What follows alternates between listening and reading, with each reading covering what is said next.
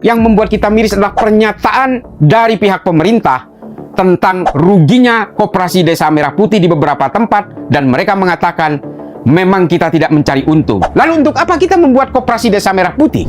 Mengapa kemudian kita harus cerewet dengan program ini? Karena itu uang kita, itu pajak kita, bukan uangnya pemerintah, bukan uangnya pejabat. Negara ini betul-betul didominasi oleh berbagai program yang melibatkan militer. Ini bukan negara junta, ini adalah Republik Indonesia. Semua manajer koperasi desa itu seharusnya diberikan pembekalan marketing, diberikan pembekalan promosi, diberi pembekalan bagaimana cara mengelola keuangan yang baik. Atau kita sedang tidak beruntung karena kita berada di Indonesia. Lalu kemudian Presiden bicara, kalau memang kalian pesimis, kalau kalian memang ragu, silahkan pindah ke negara lain. Presiden macam apa ini? Saya, Islah Bahrawi, siap untuk berbicara untuk kita semua dengan segala risikonya.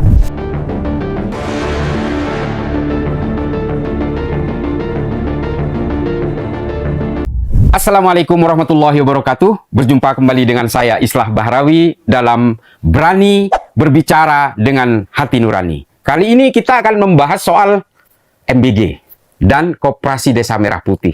Ini sebenarnya adalah pembahasan yang tidak akan pernah selesai. Mengapa begitu? Karena memang dua program ini kacau. Dua program ini cita-citanya memang luhur, tapi kemudian tata kelolanya hancur-hancuran. Dan satu hal lagi, kita belajar dari banyak negara. Ketika tentara dilibatkan di situ, maka yang hadir kemudian adalah kekuatan-kekuatan intimidatif yang menakutkan bagi orang-orang awam. Kenapa bisa begitu? Ada doktrinal tentara yang dipaksakan. Polisi juga terlibat di situ. Dan yang paling membuat kita miris dari MBG terutama adalah keterlibatan dari berbagai kino underbow partai-partai politik di dalam bisnis MBG ini. Saya katakan bisnis kenapa? Karena di situ ada pencarian keuntungan. Di Kopdes juga begitu. Tapi kemudian yang membuat kita miris adalah pernyataan dari pihak pemerintah tentang ruginya Koperasi Desa Merah Putih di beberapa tempat, dan mereka mengatakan memang kita tidak mencari untung. Lalu untuk apa kita membuat Koperasi Desa Merah Putih? Program-program seperti ini tidak akan pernah selesai kita bahas cacatnya, cederanya, dan seterusnya kalau kemudian tata kelolanya tidak segera diperbaiki. Mengapa kemudian kita harus cerewet dengan program ini? Karena itu uang kita, itu pajak kita, bukan uangnya pemerintah, bukan uangnya pejabat. Ini yang kemudian kita menjadi miris adalah karena itu adalah harta kita yang seharusnya kembali kepada kita. Tapi kemudian rente-rente itu terjadi dalam bentuk sindikasi yang luar biasa dan kemudian terbukti. Beberapa pengamat, beberapa akademisi, terutama Pak Mahfud misalnya, sudah sering mengingatkan tentang praktek MBG ini, bahwa ini rawan dengan kebocoran-kebocoran anggaran, rawan dengan korupsi, rawan dengan manipulasi dan seterusnya. Dan yang terjadi kemudian adalah korupsi itu terjadi. Dan Kopdes, Koperasi Desa Merah Putih, saya meyakini pada dasarnya mereka juga penuh dengan kecacatan penggunaan anggaran. Tapi mengapa semua diam? Karena di situ ada tentara, karena di situ ada pelibatan militer. Ini yang kemudian membuat check and balances dari berbagai lembaga di negara ini menjadi bungkam dan mandul. Ini yang harus kita pertanyakan. Sekali lagi, karena itu uang kita. Itu adalah uang rakyat yang seharusnya dinikmati oleh rakyat. Bukan dinikmati oleh orang-orang yang memiliki sekian dapur, lalu kemudian memamerkan kekayaannya di beberapa media sosial. Itu adalah uang dari keringat rakyat yang mengalir sampai ke pantatnya, tapi kemudian kembali dengan rente-rente dan cucuran terakhirnya hanya dinikmati oleh rakyat. Banyak orang yang berbicara bahwa MBG ini adalah program yang sama sekali bukan investasi. Oleh karena itu, hal-hal seperti ini tidak akan pernah memajukan bangsa ini. Investasi itu adalah investasi yang bisa membuat kesejahteraan kepada seluruh rakyat, bukan kepada segelintir orang. Mari kita sama-sama menyuarakan kepada pemerintah bahwa dua program ini harus ditinjau ulang tata kelolanya. Silahkan dilanjutkan, karena kita semua tahu cita-citanya adalah untuk kebaikan bersama. Tapi kalau kemudian di tengah jalan anggarannya dipenggal sedemikian rupa, pada akhirnya rakyat juga yang menjadi korban. Saudara-saudaraku semua sebangsa setanah air, banyak sekali anak-anak kita, adik-adik kita yang keracunan oleh berbagai program ini. Bahkan berbagai ketimpangan, berbagai ketidakjelasan, bahkan kejenakaan muncul dari berbagai program ini. Semisal penempatan Koperasi Desa Merah Putih yang jauh sama sekali dari jangkauan pasar. Masyarakat tidak bisa mengakses karena dia ada di puncak gunung, ada yang di seberang air, dan seterusnya. Ini adalah kelucuan-kelucuan program yang tanpa konsep. Tidak ada kejelasan dalam tata kelolanya. Belum lagi berbicara tentang calon manajer koperasi desa yang harus dilatih menembak, dilatih untuk menjadi tentara. Mari kita lihat di negara-negara maju, semua ini tidak ada gunanya sama sekali.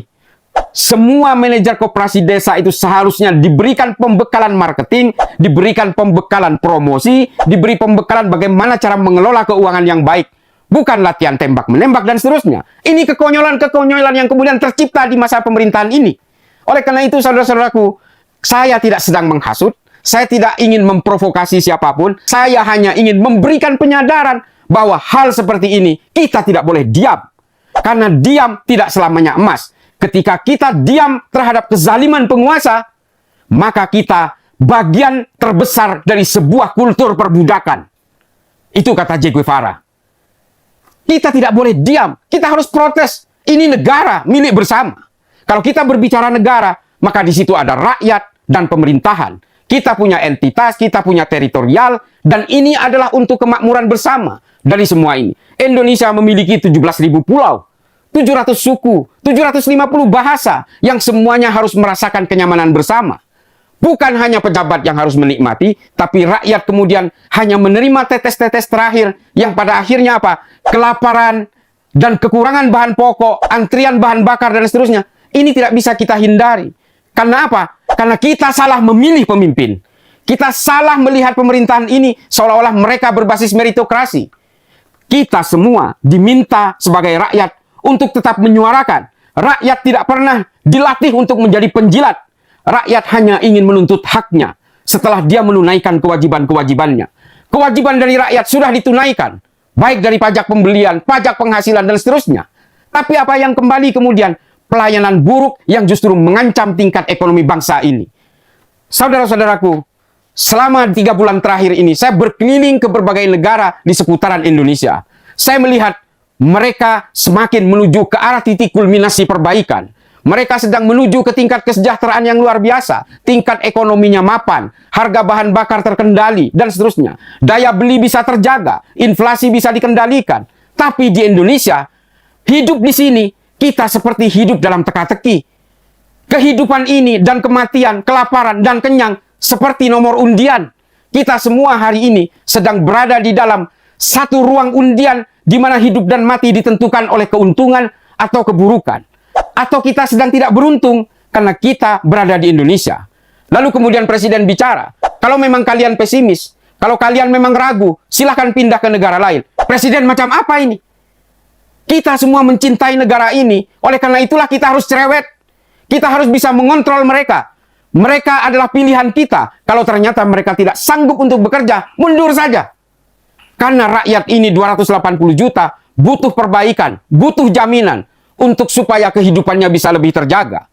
Dan Kopdes maupun MBG, jangan kemudian pemerintah bertahan dengan berbagai ambisinya, berbagai mimpinya.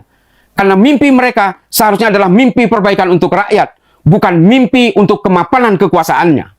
Ini kemudian yang harus kita gugat, saudara-saudaraku semua sebangsa setanah air, bahwa pemerintah bukan pemilik negara ini. Pemilik negara ini adalah kita semua.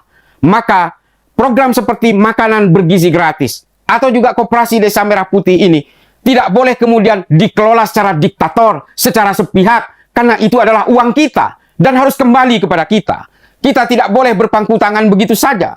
Dan hari ini, negara ini betul-betul didominasi oleh berbagai program yang melibatkan militer. Ini bukan negara junta, ini adalah Republik Indonesia. Itu harus kita sadari. Doktrinal tentara hanya diperlukan dalam konsep pertahanan negara. Doktrinal polisi hanya diperlukan di dalam keamanan negara. Demikian juga penegak hukum dan berbagai instansi lainnya. Check and balances akan terjadi kalau rakyat bersuara. Hari ini berbagai lembaga sudah dimandulkan paksa oleh kepentingan-kepentingan politik maupun jilatan-jilatan demi trade-off, demi barter dengan kenyamanan-kenyamanan posisi dalam ruang politik kita. Oleh karena itu, saudara-saudaraku, jangan pernah berhenti untuk berbicara. Saya di sini ingin mewakili orang-orang yang ingin berbicara, tapi tidak memiliki ruang penyampaian, dan juga mereka terintimidasi oleh ketakutan-ketakutan. Saya, Islah Bahrawi, siap untuk berbicara untuk kita semua, dengan segala risikonya. Mungkin pemirsa tahu, saya sedang posisi dilaporkan. Tapi tidak akan pernah saya berhenti untuk menyuarakan kemaslahatan secara kolektif bagi seluruh rakyat Indonesia. Saya dikuntit, saya disurveillance oleh berbagai oknum-oknum yang seharusnya justru menjaga saya sebagai rakyat. Mereka berharap saya berhenti bicara. Saya tidak akan berhenti bicara. Oleh karena itu, saudara-saudaraku, saya tidak ingin meminta belas kasihan dari saudara-saudaraku sesama rakyat Indonesia. Tapi setidaknya, mari kita bersuara.